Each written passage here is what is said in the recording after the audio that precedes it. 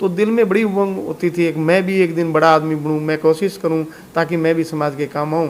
मैंने बहुत प्रयास किया है एक अध्यापक होते हुए, ताकि समाज में मेरा भी नाम हो, मैं भी समाज में मेरा भी योगदान हो, समाज को मैं भी आगे बढ़ाऊं। इसके लिए मैंने बहुत कार्य करने की कोशिश की है और करूँगा। लोगों के कमेंट आ रहे हैं कि मास्टर जी अच्छा है, इतनी सेवा कर रहा है समाज की सेवा, कि आने वाले समय में मास्टर जी कहीं ना कहीं राजनीति में अपना कदम जरूर रखेंगे। शिक्षा का क्षेत्र के साथ साथ में हमें कोई बच्चे ऐसे हैं जो पढ़ने के लिए असमर्थ हैं, और कोई खिलाड़ी भी ऐसे हैं जो काफ़ी गरीब परिवार से हैं, ना तो उनके गांव में स्टेडियम है, ना ही उन्होंने बाहर जाने के लिए उनके पास पैसों की व्यवस्था है। तो अगर ऐसा कोई भी व्यक्ति हो, कोई भी लड़का हो, अगर आपसे मदद लेना चाहे तो कैसे आए जी? वो इस प्रकार का समाज में कोई भी बच्चा है जिसको बहुत ज़रूरत है, वो आगे बढ़ना चाहता है, तो उसके लिए मैं तैयार हूँ। उसकी जो संभव मदद होगी मैं करूँगा। जो आज हूँ मेरे गांव के योगदान के कारण हूँ। मेरे गांव के लोगों ने मेरा बहुत मदद की है। मेरी शादी 31 अक्टूबर 1998 को हुई है।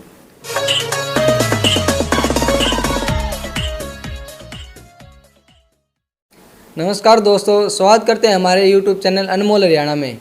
आज हमारे यहाँ भिवानी जिले के प्रसिद्ध समाज सेवी मास्टर सतबीर रतेरा जी के साथ में आज हम इनसे आपकी मुलाकात कराते हैं। वैसे तो मास्टर सतबीर जी किसी परिचय के मोहताज नहीं है, लेकिन फिर भी हम इनसे आप लोगों को रूबरू कराते हैं। सबसे पहले तो हमारे YouTube चैनल अनमोल हरियाणा में आपका स्वागत है जी। नमस्कार भाई साहब, राम राम। हाँ जी, वैसे आप किसी परिचय के मोहताज नहीं हो, आपको पूरी दुनिया जानती है, लेकिन फिर भी हमारे दर्शक जानना चाहेंगे कि वैसे तो आपके नाम के साथ ही मास्टर सतबीर रतेरा लगता है, सब लोगों को पता है कि आप रतेरा से हो, लेकिन हमारे जो दर्शक है वो जानना चाहते हैं कि आपकी फैमिली में कौन कौन है? मेरी फैमिली में मेरे पिताजी, मेरी माताजी और हम 4 भाई हैं। हाँ जी। और उनकी मिसेज और उनके बच्चे हैं। हाँ जी। मेरी माताजी करीब 80 वर्ष की हो गई, मेरे पिताजी भी 82-83 वर्ष के हो गए हैं। दोनों बिल्कुल ठीक ठाक हैं और उनके आशीर्वाद से हमारा परिवार बिल्कुल ठीक है और आगे बढ़ रहा है। हम आपके बचपन के बारे में जानना चाहेंगे जी, आपका बचपन किन हालातों से होकर गुजरा है? मेरा बचपन पूरा गांव में बीता है। मेरे पिताजी मजदूरी करते थे, मेरी माताजी भी मजदूरी करती थी। मैंने अपनी जो शुरुआत की शिक्षा है वो गांव के सरकारी स्कूल राजकीय वरिष्ठ माध्यमिक विद्यालय, जो आज वरिष्ठ माध्यमिक विद्यालय है, उस समय हाई स्कूल था, रतेरा में ही ग्रहण की है।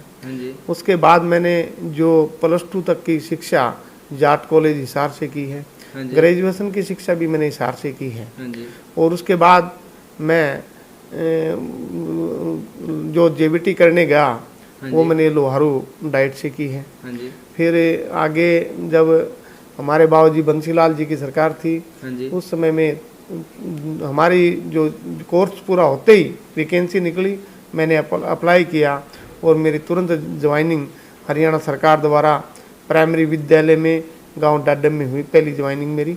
उसके बाद मैंने लगातार अपनी सेवाएं हरियाणा सरकार को दी हैं और अब लगभग मैंने अपना मन बना लिया है VRS के लिए और मैंने अप्लाई भी जल्दी ही कर दूंगा। मैं कागज़ों की तैयारी कर रहा हूँ कि मैंने 24 साल लगभग हरियाणा सरकार के इस एक मुख्य शिक्षक और प्राइमरी शिक्षक से आजकल मेरी जो प्रमोशन हुई, मैं मुख्य शिक्षक के पद पर हूँ, उससे मैं सेवानिवृत्त के लिए मैंने अप्लाई किया है। मैं VRS ले रहा हूँ। वैसे मेरी जो सेवानिवृत्ति की डेट है वो 2032 में है। तो मैं पहले भी मेरे, क्योंकि मेरी मिसेज है जो कारोबारी है, उसके काम में हाथ बटाने के लिए मैं अपना जो रिजाइन मैं पहले ही कर रहा हूँ, ताकि मैं मेरी मिसेज के कारोबार में उसका हाथ बटाऊँ, उसका सहयोग करूँ और उसके काम धंधे को आगे बढ़ाऊँ। और सामाजिक सेवा में मेरी काफ़ी रुचि है, जो बचपन से रुचि है, मेरे गुरुजनों से सीखा है, मैंने अपने गाँव से सीखा है।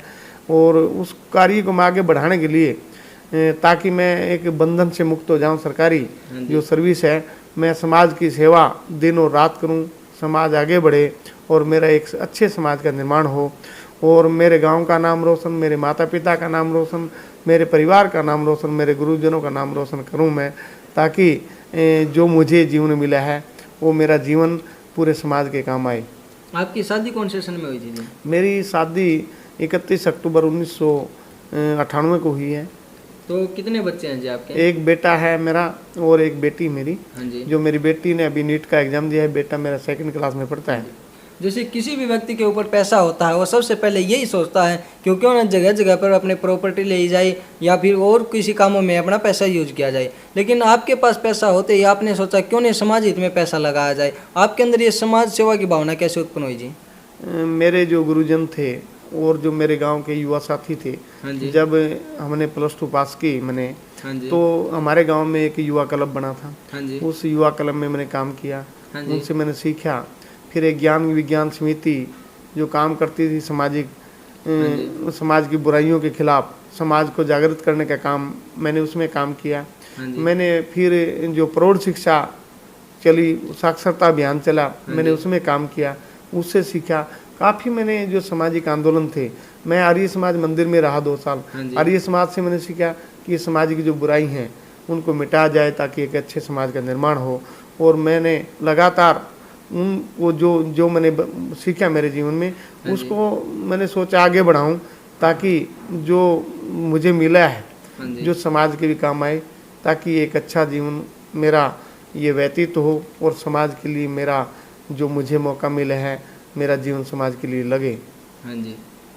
जैसे कि आज के समाज में काफ़ी कुरीतियाँ फैली हुई हैं जी, आपको सबसे पहले किन कुरीतियों की तरफ ध्यान दिया, क्यों ना समाज के अंदर ये जो कुरीतियाँ फैली हुई है इनको दूर किया जाए? आज समाज के अंदर जो हमारा सबसे ज़्यादा कुरीति है कि समाज में भाईचारा टूट रहा है। हाँ जी। स्वार्थी की जो बात ज़्यादा बढ़ गई है। बिल्कुल जी। समाज में स्वार्थ बढ़ने के कारण आपस में भाईचारा, जात धर्म का चक्कर, गोत्र का चक्कर और काफ़ी समस्याएं खड़ी हैं। तो हमें एक अच्छे समाज का निर्माण करना है, तो इन बातों को छोड़ना पड़ेगा ताकि हमें सब मिल करके एक अच्छा समाज बना सकें। जैसे एक मेरा कड़वा सवाल है जी, जैसे कोई भी व्यक्ति ऊंचा उठता है उसके पीछे उसके गांव वालों का पूरा योगदान होता है, क्योंकि हम गांव की बदौलत से आज यहाँ से वहाँ आते हैं। तो जब भी व्यक्ति के पास में पैसा आता है वो कहीं ना कहीं आदमी क्या करता है, जैसे उसके पास में पैसा आया है वो कहीं बाहर सेक्टरों में बड़े बड़े बाज़ारों में रहना शुरू करता है और गांव को छोड़ देता है। इसके पीछे का क्या राज है जी, क्या कारण है? लगभग हर राजनीति का लोग या कोई भी हो, जैसे वो गांव से ऊपर उठ के आता है तो कहीं शहरों में रहना शुरू कर देता है। क्या बात है इसके पीछे? गांव में से जब गांव जो मैं जो आज हूँ, मेरे गांव के योगदान के कारण हूँ। मेरे गांव के लोगों ने मेरा बहुत मदद की है। गांव के पूरे समाज ने मुझे आगे बढ़ाया है, वो बहुत प्यार और आशीर्वाद दिया है। मेरा आज भी गांव से पूरा लगाव है। परंतु मैं जो शहर में आ गया हूँ, ये जो बच्चों की पढ़ाई के लिए और जब सर्विस करते हैं तो एक सेंटर पे रहना पसंद करते हैं, क्योंकि गांव में पहले साधन नहीं थे, आने जाने के साधन कम थे या और काफ़ी समस्याएं थी, बिजली कम आती थी। तो इन सब समस्याओं के कारण भी लोग गांव से शहर की तरफ भागते हैं, क्योंकि शहर में सारी सुविधाएं मिलती हैं। और मेरा गांव से पूरा लगाव है। मैंने अपने गांव के विद्यालय में, चाहे बाबा नागा आश्रम में भी मैंने पूरी 4 दीवारी करवाने का काम किया, उसमें बहुत सहयोग किया। गाँव की सफाई का हो, चाहे गाँव में अब मैंने मेरे जो सीनियर सेकेंडरी स्कूल है उसमें कैमरे लगवाने का, उसमें पानी की व्यवस्था करने का, उसमें वाटर कूलर लगवाने का, और काफ़ी कमरों में पंखे नहीं थे, हम बच्चों के लिए पंखों की व्यवस्था की है। और जितनी भी समस्याएं हैं और जो बच्चे अपाहिज बच्चे हैं या जो अपने खर्च नहीं कर सकते अपने लिए, उनके लिए भी हमने व्यवस्था की है ताकि पैसे के अभाव में कोई बच्चा पीछे ना रहे। हम उनका पूरा सहयोग करेंगे, ये मैंने गाँव के बच्चों के लिए किया है। और जो भी बच्चे हमारे गांव का किसी भी फील्ड में आ गया है, खेल में, शिक्षा में, हम उन सबको सम्मानित कर रहे हैं। पूरे हमारे ग्राम पंचायत, पूरे पूर्व सरपंच, वर्तमान पंच सब मिलकर के युवा साथी हम गांव को आगे बढ़ाने का प्रयास कर रहे हैं। और मेरी गांव में पूरी रुचि है, मैं लगभग रोजाना गांव में जाता हूं ताकि मेरे गांव का विकास हो, मेरे गांव का नाम पूरे देश और दुनिया में हो, पूरे प्रदेश में हो। आपके गांव में आपने सीसीटीवी कैमरे की व्यवस्था करवाई स्कूल के अंदर और पंखे वगैरह भी लगवाए हैं, लेकिन आपने आसपास के गांव के अंदर आपके गांव के अलावा अभी किन किन गांव की तरफ ध्यान दिया जाए? अब मेरे पड़ोस का गांव रोनात है, उसमें बच्चे मुझसे मिले थे युवा साथी कि उनके ग्राउंड बहुत काफ़ी ख़राब है, खेलने में के काम का नहीं है, तो उसमें मिट्टी डलवाएंगे ताकि वो ग्राउंड एक जैसा लगे, बच्चों को असुविधा ना हो और बच्चे खेल करके पूरे देश में नाम रोशन करें। उसी तरह मैंने अब पीछे 23 जो सितंबर था, शहीद भगत सिंह की जयंती हमने जमालपुर में मनाई। उसमें बोल सिपर जमालपुर के जितने भी साथी थे हम सब ने मिलके 5-6 हज़ार युवाओं के साथी और बुजुर्ग पिता माता सब थे, उसमें इकट्ठे होकर के मैंने शहीद भगत सिंह की जयंती मनाई है। और उसमें पार्क में हमने एक तिरंगा झंडा लगाने का प्रोग्राम किया, उसमें लाइटें लगवाने का, और जितनी भी इलाके की एक गरीब कन्या की शादी हो और कोई हम पूरा करने की कोशिश करेंगे। मैं और मेरे साथी हम सब मिलकर के उस काम को आगे बढ़ा रहे हैं।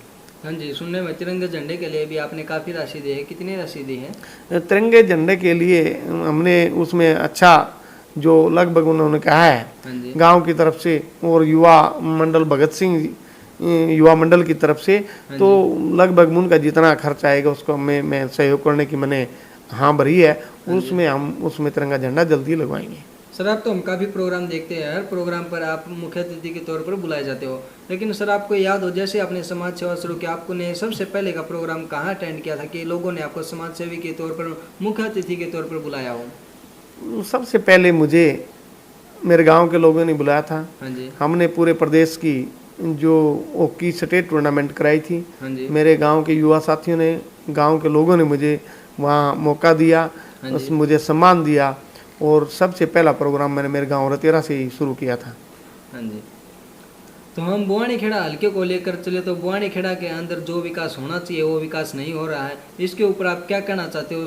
आखिर क्यों रुका हुआ है बुआनी खेड़ा का विकास?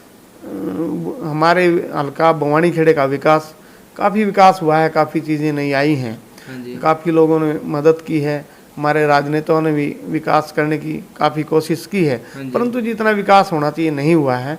और आगे हमारी ये प्रार्थना है, सब जितने हमारे राजनीतिक हैं और हैं सरकार के लोग हैं, ताकि वो अच्छा विकास कराएं, ताकि एक सुंदर हमारा एक अच्छी विधानसभा के रूप में जाना जाए। बुआनी खेड़े का नाम बहुत ऊंचा हो, और इसमें पूरा प्रयास कर रहे हैं हम, ताकि हल्के की पूरी समस्याएं हैं जो वो सारी हल हों। सर, मैं किसी पार्टी की बात नहीं कर रहा, वैसे मैं पूछना चाहूँगा कि आजकल क्या है, लोग बेटी बचाओ बेटी पढ़ाओ ऐसे भी नारे बहुत चले हुए हैं, और वैसे भी लोग ऊपर से कुछ होते हैं और अंदर से कुछ होते हैं, लेकिन इसके बावजूद बेटियों को इतने नारे देने के बावजूद भी हमारी बेटियों के ऊपर बलात्कार हो रहे हैं दिन प्रतिदिन।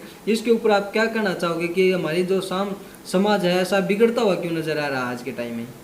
हमारा जो समाज है बहुत अच्छा समाज है, बेटियां भी हमारी बहुत आगे बढ़ रही हैं, परंतु समाज में हर जगह, हर समाज में, पूरी दुनिया में ऐसा होता है, कुछ लोग ऐसे होते हैं जो समाज में इस प्रकार की बुराई या बुरे काम करते हैं।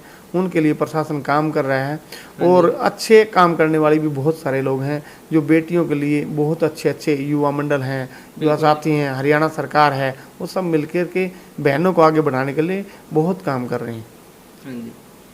जैसे कि आप बचपन में आपको कभी ऐसा सपना देखा था कि एक दिन मैं मास्टर सतबीर रतेरा के नाम से जाना चाहूँगा? आपके मन में कभी ये पहले भी आई थी ऐसी बातें? मुझे बचपन से बड़ी जिज्ञासा थी मेरी। सोचता था मैं भी, जब मैं दूसरे बड़े बड़े लोगों को देखता था, मुख्य अतिथियों को देखता था, बड़े बड़े नेताओं को देखता था, या उपायुक्त महोदय या जो भी हरियाणा सरकार के समाज के जो बड़े लोग थे, तो दिल में बड़ी उमंग होती थी मैं भी एक दिन बड़ा आदमी बनूं, मैं कोशिश करूं ताकि मैं भी समाज के काम आऊं। मैंने बहुत प्रयास किया है एक अध्यापक होते हुए, ताकि समाज में मेरा भी नाम हो, मैं भी समाज में मेरा भी योगदान हो, समाज को मैं भी आगे बढ़ाऊं। इसके लिए मैंने बहुत कार्य करने की कोशिश की है और करूँगा।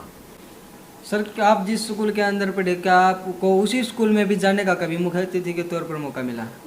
जिस विद्यालय में मैं पढ़ा हूँ, राजकीय उच्च विद्यालय रतेरा, जो आजकल राजकीय वरिष्ठ माध्यमिक विद्यालय रतेरा है, उसमें मैं पीछे 15 अगस्त पे मुख्य अतिथि के रूप में गया था। वैसे तो मेरा गांव था, मैं मुख्य अतिथि क्या वहाँ का बेटा हूँ। उस विद्यालय से मैंने 10वीं तक की शिक्षा ग्रहण की है। मुझे बहुत खुशी हुई, मुझे बहुत गर्व है कि उस मेरे विद्यालय पे, जिस विद्यालय के कारण मैं आज यहाँ बैठा हूँ, जिस विद्यालय के कारण मैं योग्य बना हूँ, जिस विद्यालय के कारण मुझे आज पूरे विधानसभा में, जिले में, बाहर हरियाणा में मान सम्मान मिल रहा है, मैं उस विद्यालय का पूरी उम्र आभारी रहूँगा। उस विद्यालय के योगदान के कारण ही मैं सब कुछ हूँ।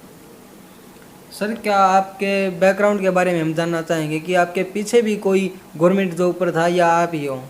मेरे जो बड़े भाई हैं 2, वो हरियाणा सरकार में सर्विस पे हैं। मेरा छोटा भाई भी इंग्लिश का लेक्चरर है, उनकी मिसेज भी लेक्चरर है। और जो मेरे मामा हैं उनका पूरा परिवार पढ़ा लिखा है, उनका हमारे परिवार पे बहुत असर रहा है। उनके परिवार में 5-6 डॉक्टर हैं जो MBBS डॉक्टर हैं। तो मेरे जो परिवार का, रिश्तेदार का हमारे परिवार पे बहुत असर रहा है, जिसके कारण मुझे भी आगे बढ़ने का मौका मिला। आप जहाँ पर भी गए हो लोगों ने आपका स्वागत किया है। हम जानना चाहेंगे कि कहाँ पर, कौन से अवसर पर, कहाँ, कौन सी जगह से कहाँ सम्मानित किया गया आपको? मुझे हरियाणा बॉक्सिंग संघ कालवास में सम्मानित किया गया। मैं वहाँ पे मुख्य अतिथि था। पूरे प्रदेश के जो हमारे बॉक्सिंग के खिलाड़ी आए थे। मुझे बापोड़ा में, पीछे में बापोड़ा में बाबा साहब डॉक्टर भीमराव अंबेडकर की जयंती पे मुख्य अतिथि था। और मैं ये हमारे पीछे बैंक कॉलोनी में मुझे मुख्य अतिथि के तौर पे बुलाया गया। अखिल भारतीय विद्यार्थी परिषद ने मुझे पीछे मौका दिया, वहाँ मैं भिवानी में उनके प्रोग्राम में मुख्य अतिथि रहा। और सत्या वेलफेयर सोसाइटी NGO पुर जो मुझे बार बार मौका देते हैं, मैं वहाँ पे जाता रहता हूँ। बहुत अच्छी एक सोसाइटी है जो समाज के लिए बहुत अच्छा काम कर रही है। पूर्व में भी मुझे कई बार इस प्रकार जाने का मौका मिला। इनके अंदर ऐसा स्मृति चिन्ह कौन सा जी सबसे पहले आपको ये मिला था और उसके बाद तो आपको स्मृति चिन्हों की लाइन लग गई? इनमें तो काफ़ी स्मृति चिन्ह हैं, परंतु सबसे पहला मुझे स्मृति चिन्ह है जो ये तिगड़ाना गांव में मिला था, जो हॉकी प्रतियोगिता में मैं गया था। और उसके बाद तो मुझे रोजाना ही कोई न कोई समाज का प्रोग्राम मिलता है, तो रोजाना मुझे स्मृति चिन्ह इस प्रकार के मोमेंटो मिलते रहते हैं। शिक्षा का क्षेत्र के साथ साथ में हमें कोई बच्चे ऐसे हैं जो पढ़ने के लिए असमर्थ हैं और कोई खिलाड़ी भी ऐसे हैं जो काफ़ी गरीब परिवार से हैं, ना तो उनके गांव में स्टेडियम है, ना ही उन्होंने बाहर जाने के लिए उनके पास पैसों की व्यवस्था है। तो अगर ऐसा कोई भी व्यक्ति हो, कोई भी लड़का हो, अगर आपसे मदद लेना चाहे तो कैसे आए जी? वो इस प्रकार का समाज में कोई भी बच्चा है जिसको बहुत ज़रूरत है, वो आगे बढ़ना चाहता है, तो उसके लिए मैं तैयार हूँ। उसकी जो संभव मदद होगी मैं करूँगा। और पीछे हमने जो शहीद भगत सिंह जी की जयंती, शहीद आजम भगत सिंह की जयंती धनाना में मनाई थी, उस समय कई हजार लोग थे। उस समय भी मैंने कहा था काफ़ी बच्चे थे वहाँ जो जिनको इस प्रकार की समस्या थी। हर समय मैं उनकी समस्या में सहयोग करने को तैयार हूँ। तो सर अब आपका आगे का क्या प्लान है? अब आगे मैं इसी प्रकार सामाजिक कार्य करता रहूँगा। अब हम आगे कुछ दिन बाद जो अलगपुरा गांव है भवानी खेड़ा के पास, वहाँ की बेटियां इंडिया में खेलों में गोल्ड मेडल लेके आई हैं।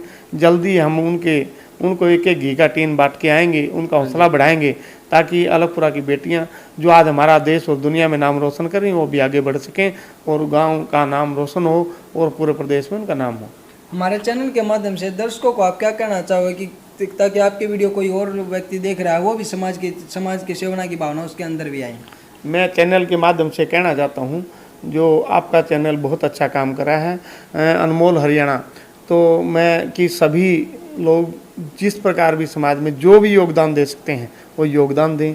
और जी पीछे पर्यावरण के लिए मैंने पीछे 3000 पौधे लगवाने का कार्यक्रम रखा था, वो हमने लगभग पूरा कर लिया है और 3000 पेड़ लगाए हैं, ताकि इस समाज को एक अच्छा साफ और सुंदर वातावरण मिल सके, स्वच्छ हवा मिल सके।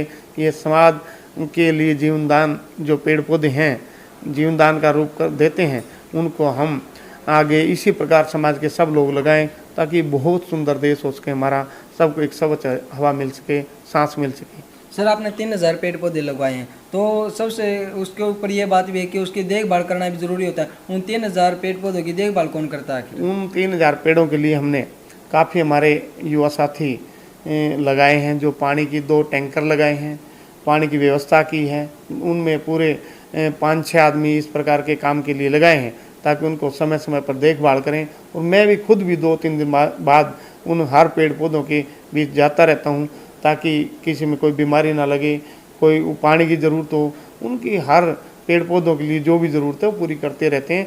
बाकी वो हमारे जो साथी हैं वो लगातार उन पेड़ पौधों की देखभाल करते हैं।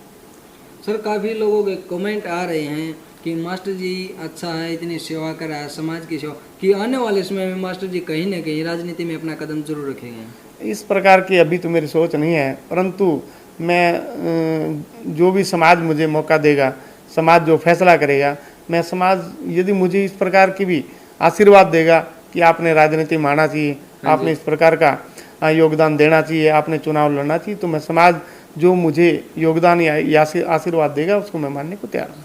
पब्लिक चाहती है कि आप राजनीति में आओ और काफ़ी हो सकता है आप आने वाले समय के हमारे भावी एमएलए भी हो जाओ, तो आप सबसे पहले एमएलए बनते ही हमारे बवानीखेड़ा हल्के के लिए क्या काम करोगे सर? मैं सबसे पहले जो हमारा बवानीखेड़ा हल्का पिछड़ा हुआ है, हाँ जी, सड़कें टूटी हुई हैं, पानी की व्यवस्था ठीक नहीं है, जो भी समस्याएं हैं, सबसे पहले जो प्राइमरी समस्याएं हैं उनको हल करने का, और शिक्षा के स्तर के लिए हम ITI कॉलेजेस स्कूल उनको बहुत एक सुंदर और अच्छा बनाने के लिए पूरा प्रयास करेंगे।